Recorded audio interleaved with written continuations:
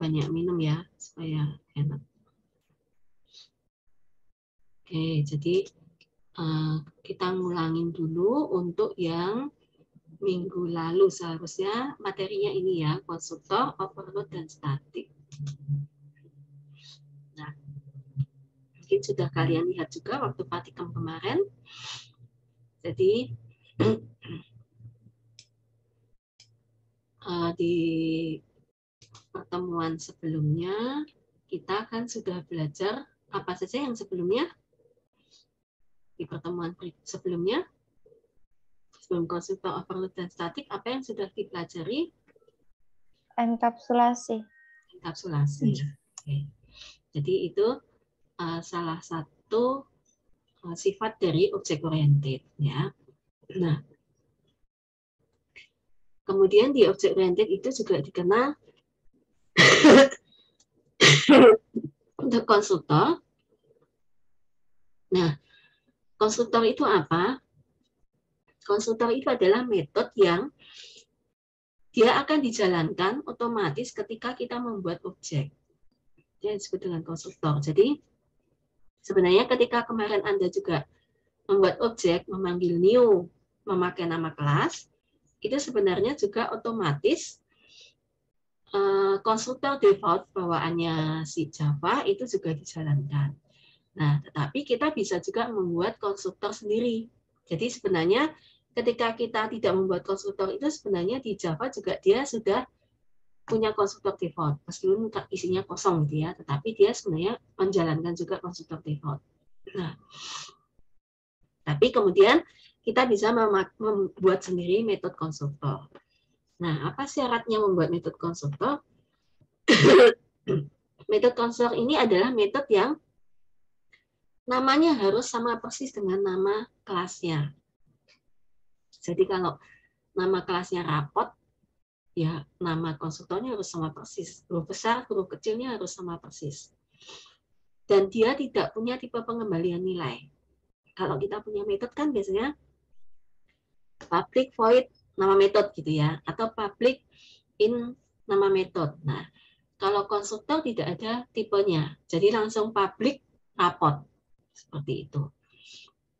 Ya, nah justru kalau Anda punya nama metode rapot depannya memakai void atau in, itu justru akan terjadi kesalahan. Seperti itu.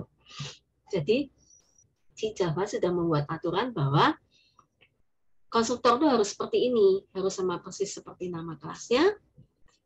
Ya, nah, dan nanti akan dijalankan ketika kita new, seperti itu. Tetapi parameternya itu bisa tanpa parameter, bisa memakai satu parameter, dua parameter, atau berapapun parameternya. Ya, nah, isi dari metode konstruktor, hati-hati, itu adalah hal-hal yang memang akan kita set di awal. Begitu buat objek, itu akan langsung kita jalankan programnya. Itu yang diletakkan di konstruktor. Jadi jangan sembarang perintah itu diletakkan di konstruktor, karena dia otomatis akan dijalankan ketika objek itu dibuat. Seperti itu. Ya. Jadi biasanya isi dari metode konstruktor itu adalah inisialisasi. Jadi misalnya kalau kita bikin metode bikin objek rapot, itu kita pengennya begitu bikin objek rapot harus ada namanya misalnya. Nah, itu diletakkan di konstruktor. Supaya ketika bikin objek itu langsung ada namanya. Itu misalnya. Ya. Jadi itu. Jadi hal-hal yang akan diinisialisasi, atribut-atribut yang akan diinisialisasi atau perintah-perintah yang harus dijalankan ketika dibuat objek itu diletakkan dalam konstruktor. Seperti itu. Kalau dia tidak mendefinisikan sendiri konstruktor, artinya akan jalankan konstruktor default. Defaultnya ya berarti dia nggak melakukan apa-apa. Ya. Nah, contohnya ini, jadi misalnya ada ini kelas rapot, maka public rapot ini artinya dia membuat konstruktor, memiliki metode konstruktor rapot. Parameternya adalah nama. Sehingga ketika diinisialisasi, dia akan nama mata kuliah sama dengan nama. kode mata kuliahnya, misalnya dia punya kode mata kuliah ya, dia bisa di-set satu-satu misalnya. Ini misalnya di sini ada atribut kode mata kuliah.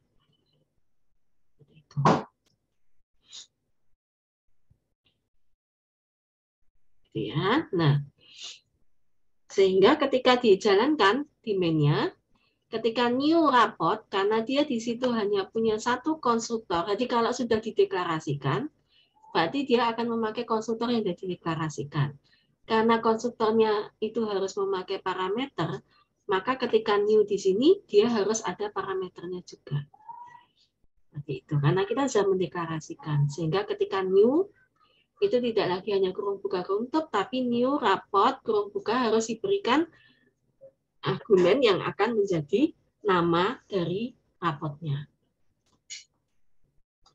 Seperti itu.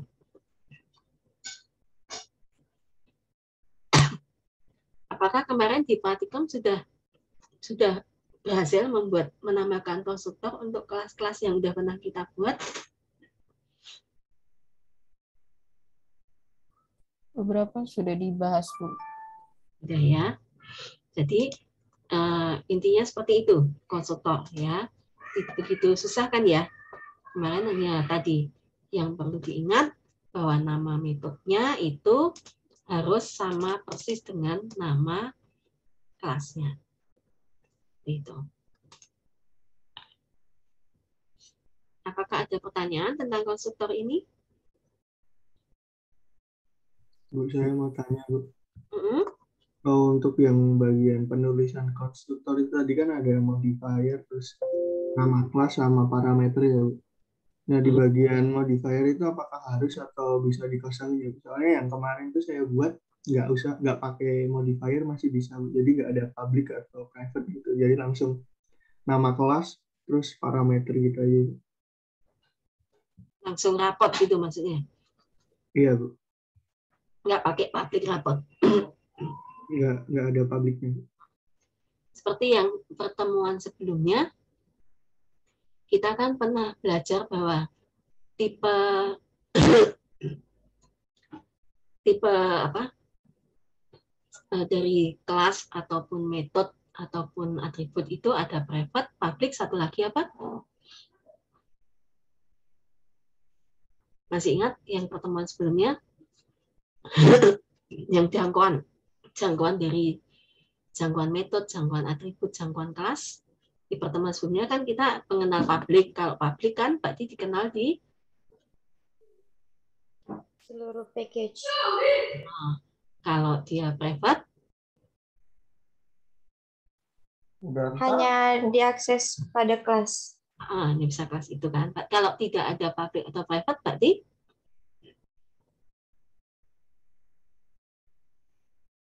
masih ingat yang sebelumnya? Ada kan yang materi itu ya?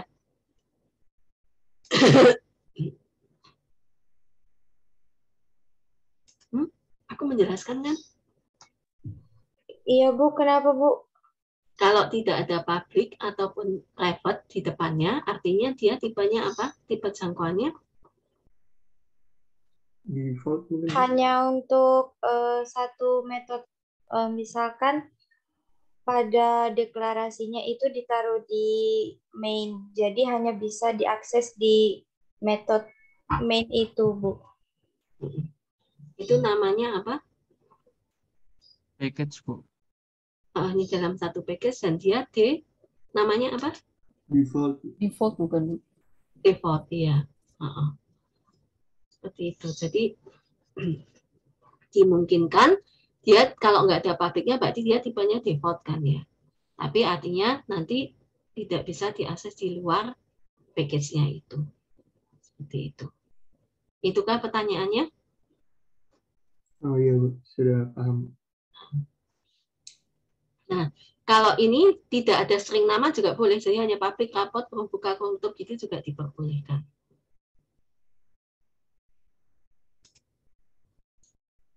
Bu, izin bertanya. Untuk soal yang nomor 1 itu kan ada yang tidak perlu diberi parameter ya, Bu ya. Berarti nanti saat kita memanggilnya menggunakan objek itu hanya dalam kurung saja ya, Bu ya. Tidak perlu ada parameternya disebut juga. Iya. Iya. Baik, terima kasih Bu.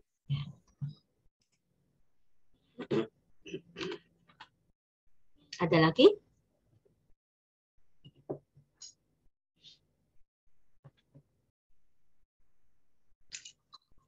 Kalau enggak, ke berikutnya. Saya tak minum dulu. Saya juga isolasi dari yang lain.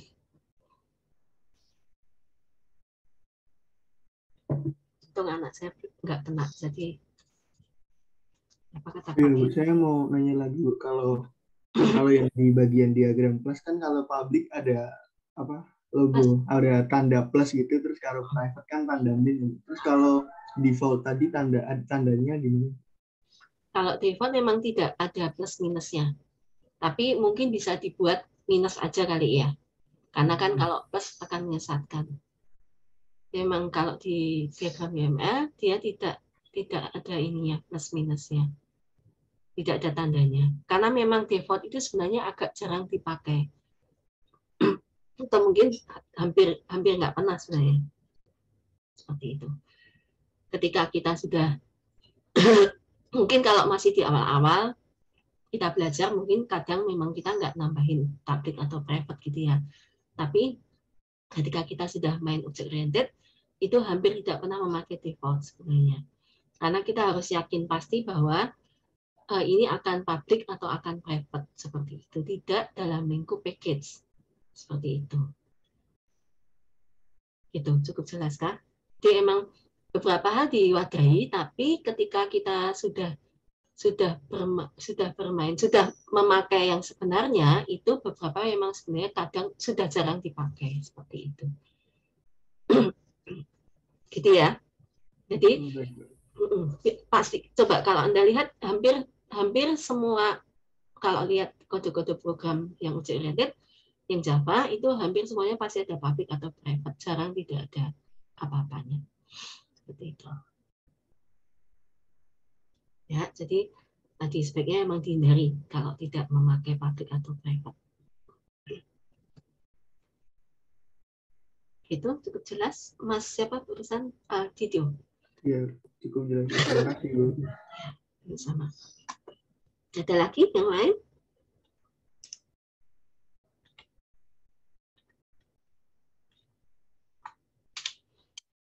Oke, kalau enggak ke materi yang berikutnya. Ini tadi diagram ya. Nah, ini tadi cara menuliskan konstruktor di diagram kelas UML seperti ini, bisa ditambahkan konstruktor. Tapi ada juga yang dia tidak memberikan tulisan konstruktor, jadi cukup plus rapot gitu aja juga sudah cukup. Karena kan memang hanya plus rapot dalam kurung string, dia tidak ada titik duanya kan, tidak ada tipe pengembalian nilai. Jadi sudah menunjukkan bahwa itu konstruktor. Gitu. Ya, nah. Ini contoh lain yang konstruktor. Ini seperti yang kemarin contoh kita yang rekening bank, kalau nggak salah kemarin di praktikum saya juga meminta dibuat konstruktor, tapi kemudian diberi nilai saldo awalnya misalnya 0 atau 10.000 atau 100.000 gitu ya. Nah itu biasanya kayak kita kalau buka rekening di bank kan biasanya buka rekening itu harus pertama nyimpen berapa gitu ya, tergantung naik tabungan pendidikan mungkin hanya 10.000 misalnya gitu ya. Nah ini tadi saldo di awal ini tadi bisa diletakkan dalam konstruktor. Itu. Ya kalau kemarin di Praktikum kan kayak persegi itu kemarin yang kita buat konstruktor apa di kelas persegi?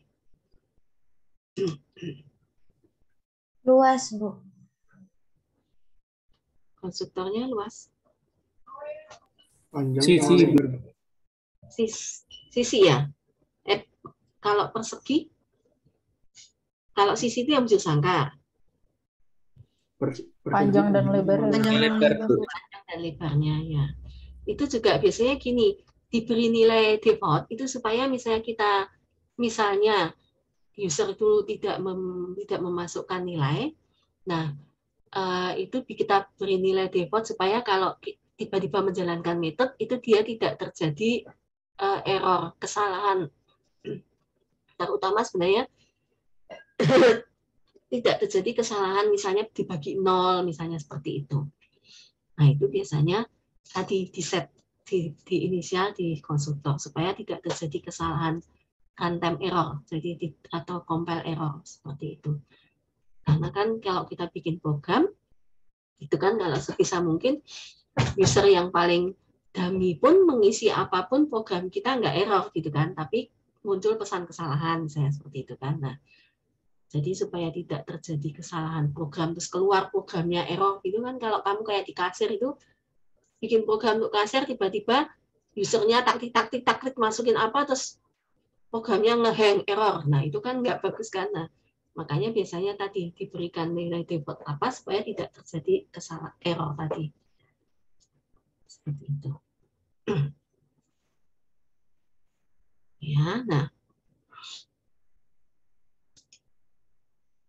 Ini contoh simulasinya kalau kita menjalankan konstruktor itu sama dengan ketika kita pertama kali new rekening bank, kemarin masih ingat kan, rekening Budi ini merefer, nah ini otomatis saldonya akan bernilai berapa? Kalau tadi sini 10.000 ya Pak, ini 10.000.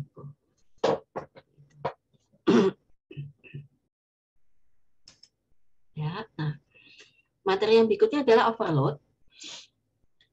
Ya, kemarin mungkin kalian sudah mengalami ya, kok tiba-tiba ada metode yang sama, tetapi dia jumlah parameternya berbeda. Atau jumlah parameternya sama, tapi tipenya berbeda. Atau jumlah parameternya sama, tipenya sama, tapi kebolak-balik gitu kan. Nah, itu dimungkinkan dalam Java yang sering disebut dengan overload. Ya, jadi diperbolehkan membuat metode dengan nama dan tipe pengembalian metode yang sama, tetapi parameternya jumlahnya beda boleh, atau jumlahnya sama tipenya beda juga boleh, jumlahnya sama tipenya beda tapi berkebalikan juga boleh. Ya. Ya, tapi nanti ketika kita menjalankan metode, dia akan menyesuaikan, dia akan masuk ke metode yang mana sesuai dengan yang kita masukkan di argumennya.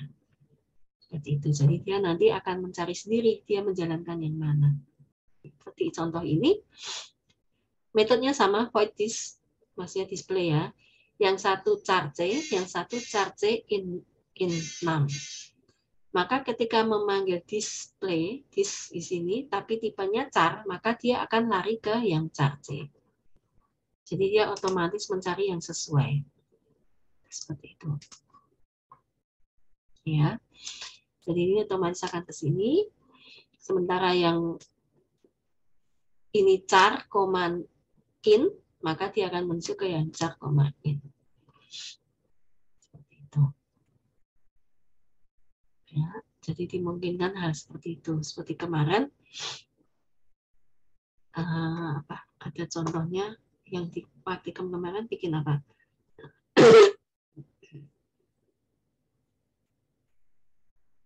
Jarak ya. Yang di titik itu kan bikin jarak. Yang satu tanpa parameter, yang satu memakai parameter berupa titik X, Y, gitu kan? Nah, ini yang namanya overload. Dimungkinkan overload dalam Java. Ini contoh yang lain yang tadi pakai cara yang kedua tadi. Char, berarti A masuk ke yang char. Kalau dia 5 integer, maka masuk ke yang integer. Ini cara yang ketiga tadi. Nah, yang ketiga ini nggak usah hati-hati ya. Sama-sama char in, ini in char, tapi ini dia tidak akan tahu apakah C ini merujuk ke C gitu, enggak. Jadi pokoknya dia hanya berdasarkan urutan saja. Ini urutan yang pertama char, integer, ya berarti dia masuknya char, integer. Sementara yang ini integer, char, ya dia masuknya yang integer, char. Nama parameter di sini itu tidak akan mempengaruhi dia menuju kemana. Ya. Jadi Java program tidak mengenali nama parameter. Oh, kalau dia numerik dia otomatis nyari yang di sini tulisannya num, maka dia otomatis nyari yang num. Itu enggak, tapi dia hanya berdasarkan urutan dan tipe. Sama seperti waktu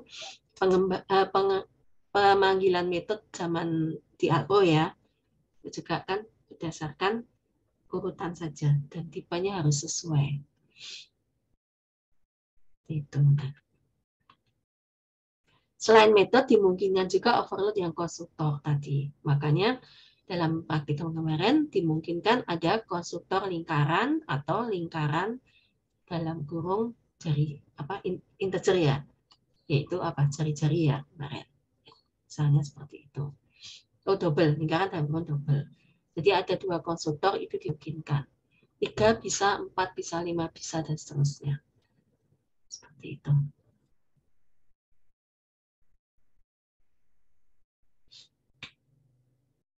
Oke. Nah ini malah ada 3 konstruktor. Yang satu konstruktor tanpa parameter, yang satunya konstruktor dengan 3 parameter in string in, yang satunya lagi string in.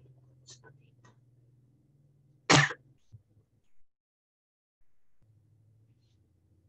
Ya. Jadi ini maksudnya kalau dia nggak ngisi apa-apa sama sekali dari awal, ya dikasih nilai default, ID-nya 100, name-nya new student, umurnya 18 gitu ya. Tapi kalau dia memasukkan tiga-tiganya ya sesuai dengan masukan ketiga-tiganya, ID, name, dan age, dan umurnya. Tapi kalau dia hanya memasukkan nama dan umur, maka ID-nya akan dibuat default 100, misalnya seperti itu. Nah, di sini juga dikenalkan metode toString, ya. Jadi metode toString ini sama seperti konstruktor ya. Metode toString ini metode yang disediakan oleh Java. Ya, jadi kalau kamu coba di NetBeans itu sama NetBeans juga disediakan insert code berupa insert code untuk yang toString. Fungsinya apa toString? Jadi ini sebenarnya metode toString ini metode yang overload metode bawaannya Java. Seperti itu. Jadi sebenarnya Java sendiri juga sudah punya metode toString gitu ya.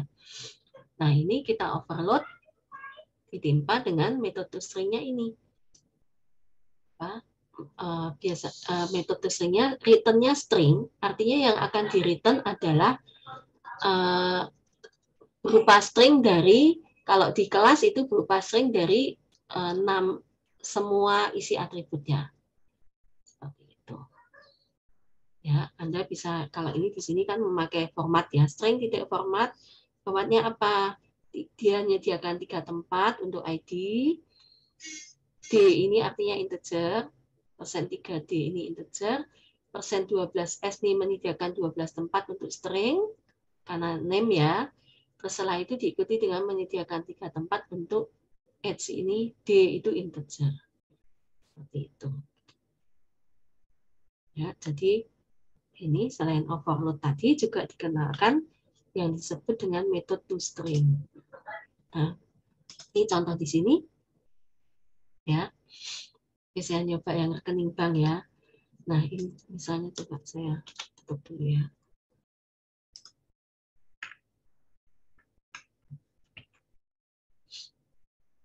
Nah,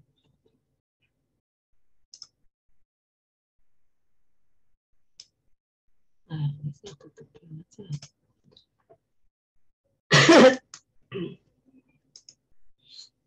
Ini misalnya kita punya rekening bank. Rekening banknya si Budi ya. Nah, ini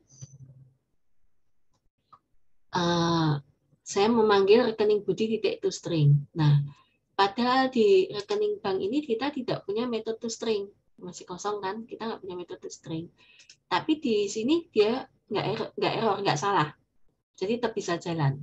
Karena apa? Karena Java itu sudah punya metode toString bawaannya si Java defaultnya. Nah, isinya apa? Ternyata dia menampilkan apa? Pertemuan 1 rekening bank at ini.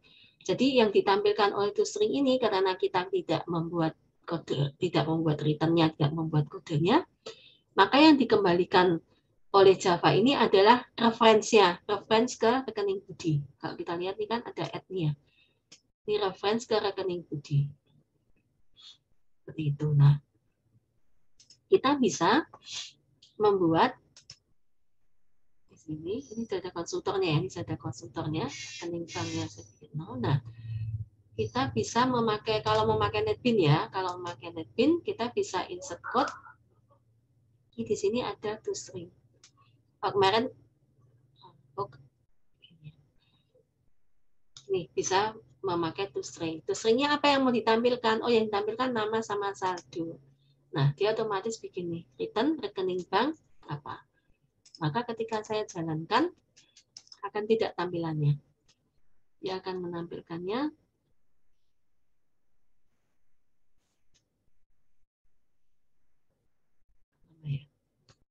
Nah, rekening bank namanya Budi, saldonya 0. Kelihatan di layar kalian?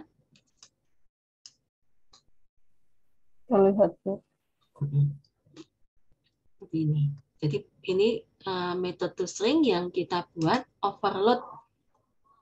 Overriding. Kalian belum saya override ya. Jadi ini nanti nimpa dari metode yang bawaannya si Java.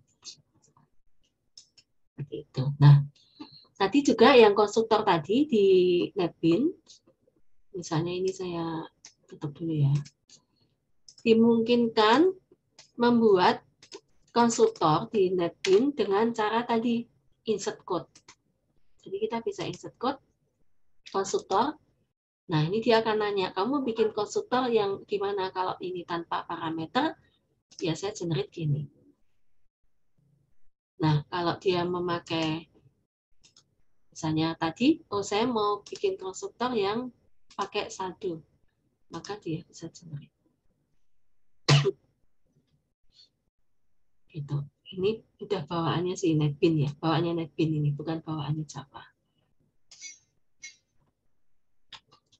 Gitu.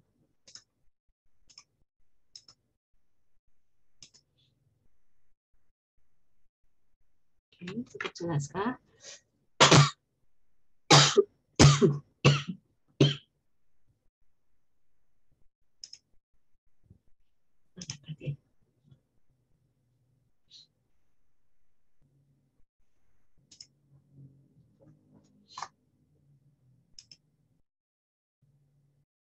Nah,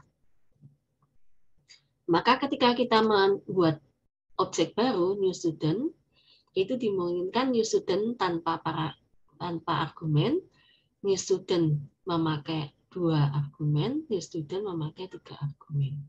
Maka nanti dia akan menjalankan perintah sesuai, akan menjalankan konstruktor sesuai dengan ini argumennya. Itu. Apakah ada pertanyaan?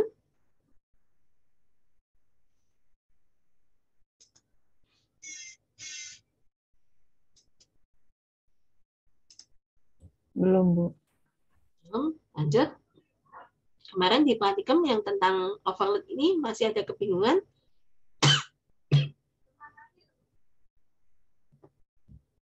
Enggak?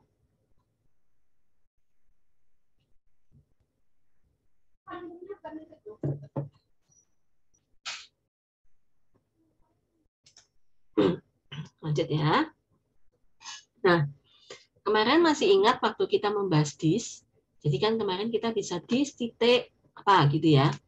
Masih ingat nih, dis titik saldo misalnya. Nah, dis ini juga bisa dipakai untuk memanggil konstruktor yang lain. Jadi kalau main kan dis titik. Nah, ini bisa dimungkinkan dis dalam kurung. Ini artinya kalau ada perintah dis seperti ini, dia memanggil konstruktor lain di kelas itu. Ya, yang ini bisanya di kelas itu ya. Jadi contohnya di sini misalnya nih konstruktor yang student data. Maka dis dalam kurung. Sebentar ya.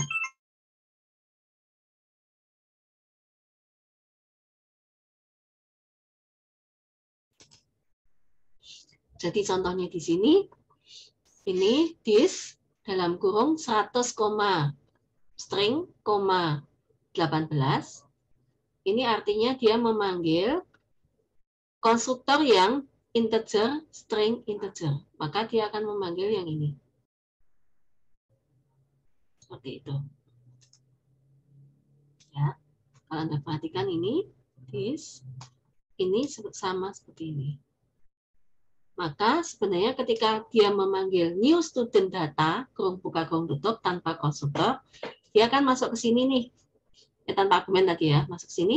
Maka ini dia akan lari ke memanggil konstruktor yang ada 3 ini.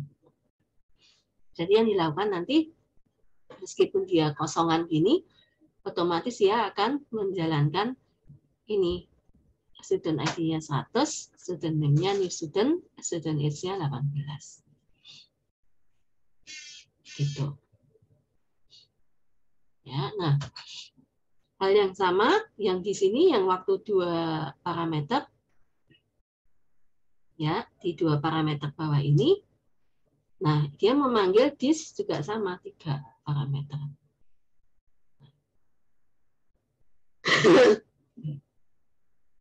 Jelas? Jadi kita nggak perlu terlalu banyak mengetikkan kode program. Kalau kita lihat yang sebelumnya kan di sini kita harus student ID sama dengan apa, sama dengan apa, sama dengan apa. Kalau kita lihat di yang perintah yang tadi akan lebih ringkas. Yang dikasih sama dengan cukup yang lengkap aja. Kalau nggak lengkap ya tinggal dipanggil aja, tinggal kita tambahin di argumennya. Itu bisa menangkap nggak?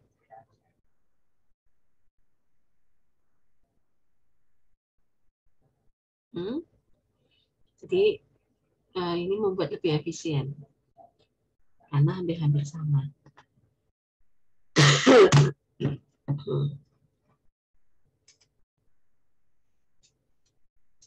Ada pertanyaan?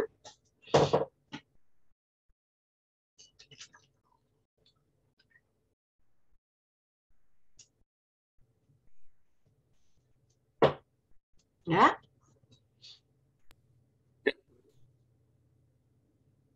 Lanjut.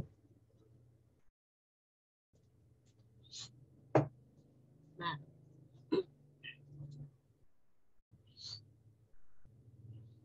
ini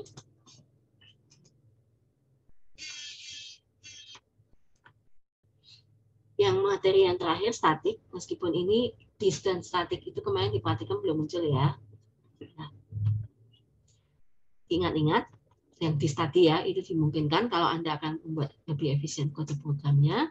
Kemudian untuk yang statik, nah statik ini sebenarnya sudah pernah Anda pakai waktu di algoritma pemrograman. Masih ingat ya, kalau kalian di algoritma pemrograman kan public static void main, nanti kalau ada variabel yang diletakkan di atas di luar public static void main, maka dia pasti meminta static kan, static in apa gitu kan. Nah, sebenarnya kata kunci statik itu artinya adalah kalau kita memberikan statik di depan nama metode atau statik di variabel, itu artinya kita tidak perlu membuat, kalau metode ya, kita waktu memanggil metode ataupun atribut tidak perlu membuat kelas dari tempat di mana metode atau atribut itu berada. Contohnya seperti ini. Ini kelasnya public class F2C. Di dalamnya ada metode public static double convert. Ya, maka kalau kalian lihat di waktu kita memanggil, kita tidak perlu new F2C, tapi langsung F2C titik convert. Jadi tidak perlu membuat objeknya. Kenapa? Karena metode statik itu berarti metode yang bisa langsung dipanggil, miliknya si kelas itu aja. Jadi dia miliknya kelas.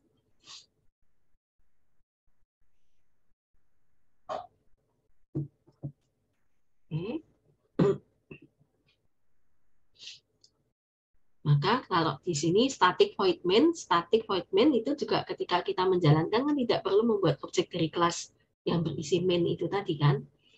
Langsung otomatis juga dia tahu bahwa oh main ini akan saya jalankan metodenya. Nah, ini contoh yang lain, public static in GCD ya berarti GCD ini nanti akan dipanggil langsung. Maka kalau Anda masih ingat ketika Anda memakai apa yang pernah dipakai kan mat.po 2,3 gitu ya. Nah, ini kan sering kan memakai ini mat.po atau mat.strt gitu. Nah, ini sebenarnya sama. Dia akan memanggil metode po yang berada di dalam kelas mat. Seperti itu. Jadi sebenarnya sama kan sintaknya seperti yang tadi. Kalau yang F2C tadi. Nah, di F2C juga sama. F2C titik convert. Nah, kalau Anda memakai mat.po kan mat.po 2,3. Artinya metode po itu letaknya ada di kelas mat. Nah, kelas mat ini sudah bawaannya si Java. Di dalam kelas mat itu isinya ada po, ada SVRT, ada apa ABS atau apa seterusnya. Itu berisi metode-metode untuk operasi-operasi matematika. Nah, sebenarnya Anda bisa punya kelas gitu ya, misalnya punya kelas yang isinya utility misalnya, biasanya kelasnya kayak utility helper gitu ya. Jadi isinya di kelas itu isinya adalah kumpulan metode-metode yang tidak tergantung atribut. Jadi biasanya metode yang diletakkan di situ dan statik itu adalah metode-metode yang tidak tergantung dari atribut kelas. Seperti ini kan, pangkat 2/3 enggak tergantung atribut kelas. Atau mungkin kayak tadi Fahrenheit to Celsius ya, F2C itu kan Fahrenheit to Celsius. Ini kan yang dimasukkan ya udah Fahrenheit aja. Nanti hasilnya adalah Celsius misalnya. Bisa jadi kan ini metodenya public static double F2C misalnya itu kan juga bisa. Atau C to F atau R to C, C to R misalnya. Nah itu bisa diletakkan dalam kelas utility misalnya, di mana kita nanti tinggal manggil utility titik F2C, utility titik C to F misalnya gitu ya. Nah, itu. Apakah ada pertanyaan untuk metode statik?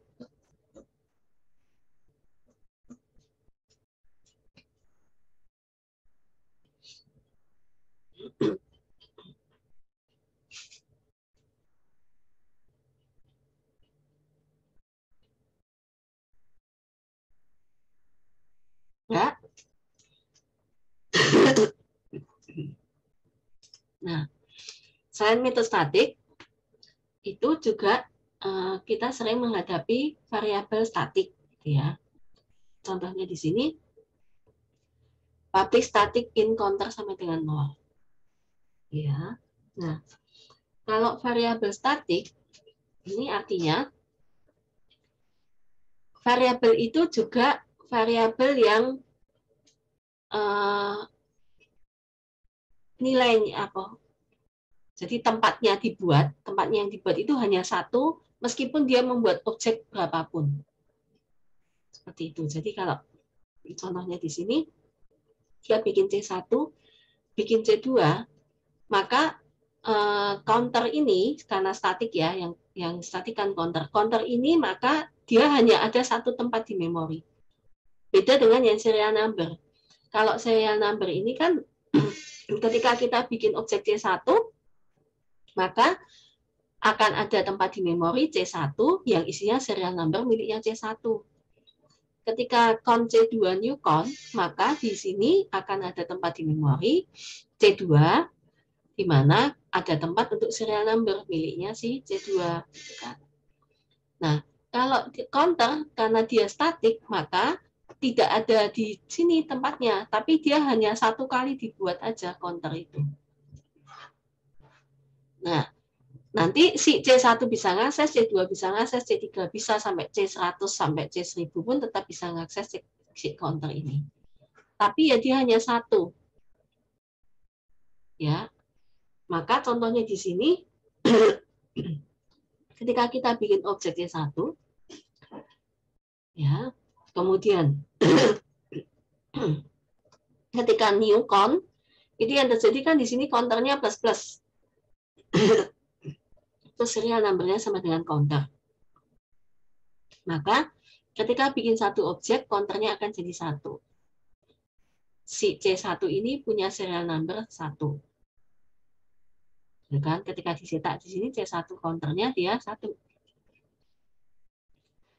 Kemudian ketika kita bikin objek C2,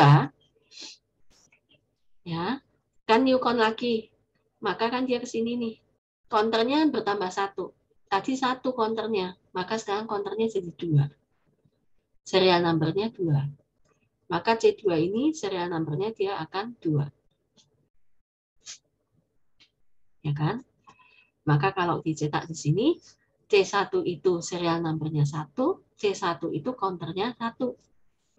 Nah, C2-nya serial numbernya tadi 2. C2-nya, C2 counternya 2. Di sini C1 counternya tidak 1, tapi C1 counternya tetap 2. Meskipun dia memanggilnya memakai C1, ya, C1 counter, tapi kan counternya tetap counter yang sama. Jadi meskipun dipanggil C1 counter, dia tidak 1, tapi dia 2. Beda dengan serial numbernya. Kalau serial numbernya dia akan 1 tetap. Tapi C1 counter itu dia sudah jadi 2. Kalau kita bikin objek lagi C3, maka kalau kita memanggil C1 counter, berapa nilai C1 counter? 3. 3, Bu. 3. Jadi ya, sudah jelas ya. Jadi hati-hati pemakaian statik.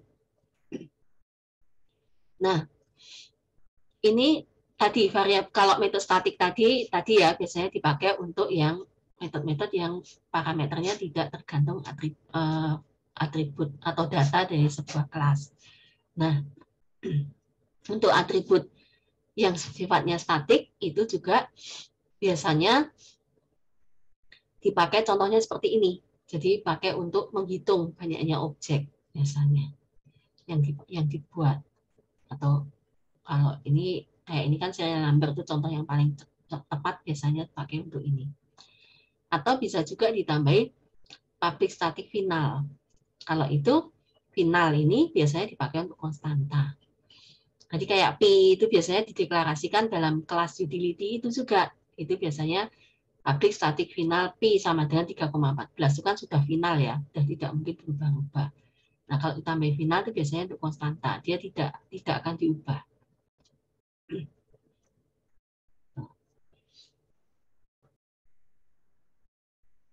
Cukup jelas untuk statik.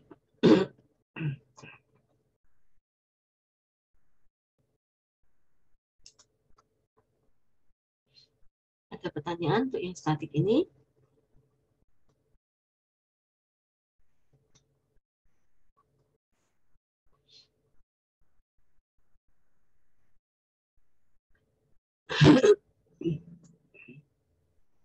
Bu, saya mau bertanya, Bu. Kalau sebenarnya bukan ke statiknya, tapi kalau ini kan ada setiap objek memiliki serial number sendiri, toh, Bu. Itu bisa tidak nanti, maksud saya, apakah serial number itu fungsinya cuma untuk menomori, ataukah ada fungsi lain? Kalau dalam kasus ini, dia memang untuk memberi kayak ID dari objek, gitu ya. Jadi contohnya misalnya kalau kayak bikin apa, kita bikin stok barang itu, kemungkinan kan serial number nomornya disesuaikan dengan barang itu masuk kan. Jadi kalau pertama kali masuk ya 1, kalau nanti kedua kali masuk dia otomatis jadi 2, 3 kali masuk otomatis jadi 3, misalnya seperti itu. Biasanya digunakan untuk seperti itu, kayak ID, supaya supaya kita tidak repot ngeset ID toh atau serial number. Otomatis counter aja, counter naik gitu. Biasanya gitu. Kalau kita nggak pakai statik gini kan kita harus setiap kali ngecek. Tadi terakhir berapa ya? Gitu kan? Kalau misalnya kita mau masukin urut, pertama kali masuk dia misalnya 101, kedua 102, berikutnya 103, 104, 105 dan seterusnya. Kalau kita tidak memakai seperti counter statik seperti ini kan, sebelum kita mengeset ID atau serial number-nya, kita harus ngecek terakhir tadi berapa ya datanya. Oh tadi terakhir 103, berarti sekarang saya harus nambahin 104 kan gitu. Gitukah maksudnya? Iya Bu, terima kasih. Ya. Jadi emang ini ada keuntungannya juga, peruntukannya biasanya seperti itu gitu ya.